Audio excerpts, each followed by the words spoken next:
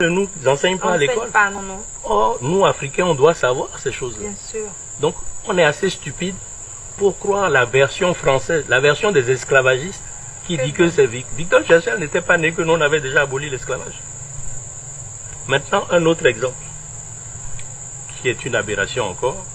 En 1818, un roi du Dahomey, au Bénin actuel, le roi Adam Dozan, décide d'abolir l'esclavage. Et il dit au plus grand négrier de Ouida, Tchatcha de Souza, le temps de vendre des êtres humains est révolu. 1818, Victor Schœlcher a quel âge? 14 ans. Il joue aux billes dans la cour. Donc, avant sa naissance, les esclaves se sont affranchis. Ils ont aboli tout seul l'esclavage. En 1818, on a des traces historiques du roi Adam Dozan du Dahomey qui dit « Je ne veux plus participer à ce business-là, c'est inhumain ».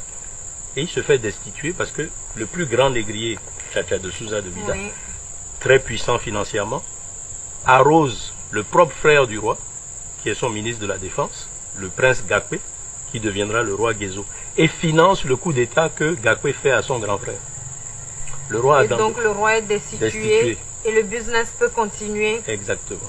Mais ça, on ne nous enseigne pas ça à l'école. Ce qu'on enseigne actuellement au Bénin, je crois que ça doit être au CM1, on enseigne que le roi Adam Dozan était un roi sanguinaire qui était capable de faire éventrer une femme enceinte parce qu'il avait parié sur le sexe du fœtus. C'est un mensonge historique conçu pour noircir la mémoire d'Adam Dozan.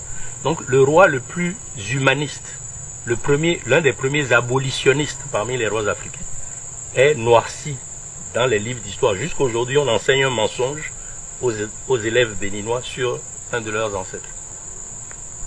Voilà des aberrations auxquelles il faut remédier.